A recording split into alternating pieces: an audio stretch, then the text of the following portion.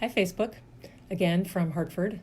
Because I'm in my car only in the dark these days, I have the feeling I'm going to be coming to you from my office more and more, but I am in my car an awful lot. So today I have a lot of paraphernalia on that I was going to explain to you.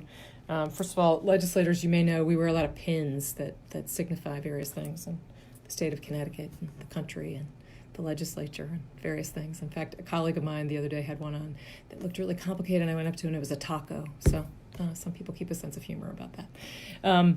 The other things on here are, so this one is about the Red X movement. It's also on my hands.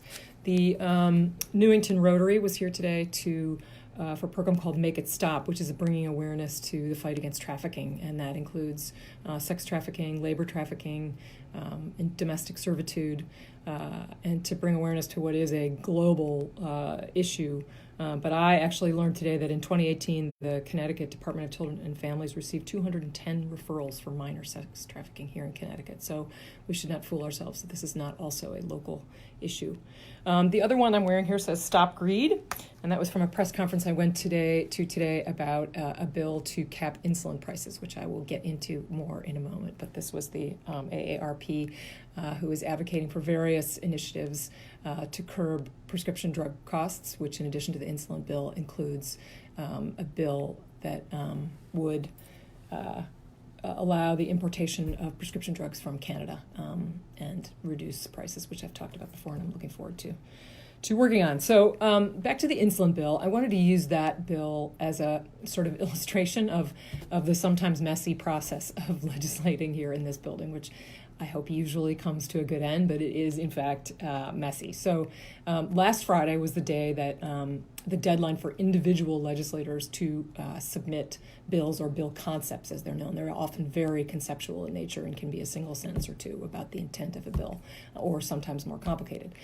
There's a limit this term that individual legislators can only submit bills that are financial in nature, and that's supposed to be because this short session should be dominated by adjusting the budget as necessary and not starting a whole lot of new policies. Sometimes people observe that, sometimes they don't, but it is a limit on individual legislators, which means that most of the legislation we will consider this term will not be proposed by individual legislators. It will be raised and drafted by committees. So what that means, among other things, is that often the bills that individual legislators submit last Friday can be performative. They can be more about making a statement of something that you care about or something that a constituent cares about, and it isn't necessarily tied to the reality of their support in leadership of either caucus or in the chamber or the legislature as a whole. So there's often a disconnect between what people are out sort of saying and what actually is going to move through the House and the Senate, which will be driven by committee leadership even more than in the long session. So back to insulin. As you may remember, I had a public forum in North Canaan this summer on prescription drug costs in particular, and that talked about generic drugs, and it talked about importation of drugs from Canada. But one of the things we also talked about in that meeting, there were couple of people there to talk searingly about the cost of insulin and how those skyrocketing costs have really been both a major and sometimes lethal health challenges for families, and also an illustration of price gouging, of the fact that we do not monitor and control prices for drugs in this country the way other countries do. So, for example, when insulin was discovered by its inventors, sold the patent for $1. Because they believed in the public interest that this would save lives, and they didn't want to make money off of it. And we are now, X number of years later, at a point where people are being charged up to, an average of about $450 a month for their insulin supplies. So that is not tied to cost. It's important to notice the average cost of the production of a vial of insulin is about $5. So there's a huge disparity there that I think we might be able to address with some legislation. So since that forum, I particularly became aware of that to a greater degree than I was before. And so I've been speaking with the House chair of the Insurance Committee, who was at that forum, about that this was a priority for him. He's been working on this for a year, and have been speaking with him about how that legislation has been progressing. And it has been, particularly over the last 6 months, a bipartisan a priority. In fact, the press conference that I went to today was attended by, people from all four caucuses: the House, the Senate, Republicans, Democrats. This is a priority by many people across political spectrums in the House. But it's been going on for a long time, and the discussions have been evolving because it's complicated. But the goals have been clear from the outset. So this was always going to be a committee bill because it's complicated, and it has been driven by leadership of the Insurance Committee. But because it became a very important priority for some people, particularly leadership, and that it had bipartisan support, some Senate leadership decided last week to submit an individual bill signed on by some Senate leadership, because they wanted it to be named, and now I'm reading into people's minds a little bit, but it's pretty clear to me that they wanted it to be named Senate Bill 1, because that says something. When you name it, it's your first bill. It says that that's really your priority. And they did that last Friday. Unfortunately, the bill that they submitted, can't read their minds about why, but it only contained one provision, not this whole complex bill. It only contained the one little part of it, which at the end of the day, it's not clear is going to be in it at all, which was a fee potentially to be charged against insulin manufacturers. Sorry, I'm losing my light here. For who were not transparent about their pricing and who weren't complying with the legislation. And unfortunately, that was the only thing that was in there. So that was a little bit messy. I was very surprised by that, as were many people who have been following and supporting this legislation for a long time. But today we had, again, a press conference, again attended by people from all four chambers to talk about the importance of this problem and our commitment to addressing it. I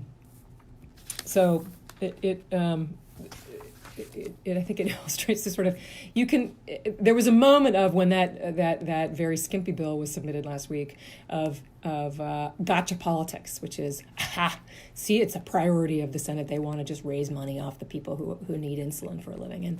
And this is where sometimes we lack a little bit in common sense, because just take a moment and consider whether really it was the number one priority of the Senate to raise the prices of insulin for people who are already suffering from skyrocketing costs, particularly in light of all, despite the demonstrated skyrocketing costs and the demonstrated commitment on both sides of the legislature to address this problem. So, again, humans like to jump on things and play gotcha, but I do look forward to this being a bill that I will support. I imagine it will change a little bit as we move forward, but and I want to note that it hasn't been filed yet. There was some discussion about it today. I have a draft copy here, and I expect it to be filed shortly, and as soon as it is, I will post it with you.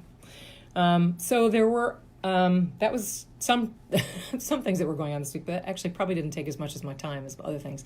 Again, this term is dominated by appropriations, and so many meetings. I was going to take a picture of my calendar and include it somewhere, but I don't think that'll work very well because it's just cascading, overlapping meetings, because there are 13 subcommittees of appropriations.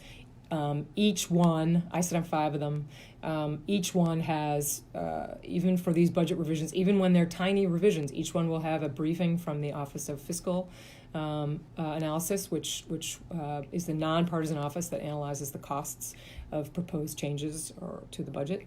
It will have the subcommittee will have a agency presentation in which the governor's representatives and the heads of the various agencies, commissioners, will come in and testify to us about why they support the governor's changes. And sorry, phone ringing. I will answer my phone. And they will have a public hearing in which people get to come and testify. Any member of the public can come and testify. We tend to have those late in the day, so we had one the other day starting at 4:00, which went till about 9:30. which over 50 members of the public came to testify about the impact of the budget on their lives. Sometimes it's on their nonprofits, which may or may not have gotten the funding that they need to do their job, or sometimes it's people who work for the Department of Corrections, for example. We have some major issues with inmate health care, and it's always powerful to sit and listen to people who go out of their way and sometimes have to sit for a long time because these hearings can go quite late. But it's time consuming. So there's a lot of that happening. My other two committees, Judiciary and Environment, more traditionally are doing what other committees are doing, which is voting to raise concepts. As I said, most legislation this term gets raised by committee, and they can also often be very conceptual. So in in their Environment, there are things like an act concerning the modernization of the bottle redemption program. I've talked about the bottle bill. I expect to be talking about it more. But again, what's on here is it's a single sentence concept that committees vote on to put forward. And the same for a series of things in Judiciary. So that's what's happening in those committees. Also this morning, I wanted to note there was a Northwest Chamber meeting at Charlotte Hungerford, because it had a healthcare focus, which we talked about. Got to hear from a lot of people working in healthcare in the region, to hear about their issues and for us to give them a chance of the things that we think are getting priority this term. And that's always a nice opportunity to see everybody at Charlotte Hungerford. And then the other event that I did the other day, you can see behind me. I'm going to adjust my camera a little bit. It's backward because we're on selfie mode, but a poster made for me by Mrs. Palladino's 5th grade class at Southwest Elementary. So it's an awesome poster. I think I got the best one. And I had so much fun coming to read stories to them on yesterday morning for Read Aloud Day. And the book this year was an anthology of stories about women, brave women. The book was entitled "The Girl Who Rode a Shark," about a champion diver who rode a shark.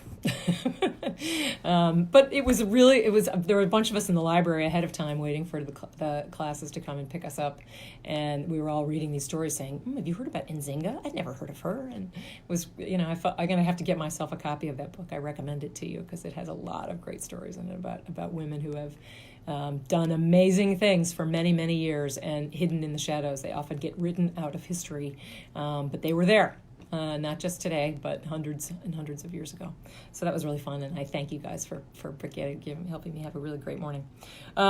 Just 2 quick upcoming events, because I know I'm going on for too long. For those of you who's lasted this long, thank you for sticking with me. One, I may see some of you tonight at a reception to meet Sharon Hospital's new president, Dr. Mark Herco, at Monty's in Amenia, so out of district, but hope to see many people there. And also, not this weekend, but next weekend is Norfolk's Winter in Norfolk weekend with lots and lots and lots of fun activities. So I'll lay out more of those in the coming days, but looking forward to that as well.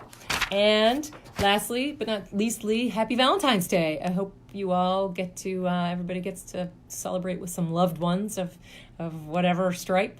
I am lucky enough that one of my middle daughter is coming home for a couple days because she's got a little break from college, and so I'm going to see her and some friends, which will make for a nice, heartwarming weekend for all of us. Great Valentine's Day and a happy weekend. Talk to you soon. Bye.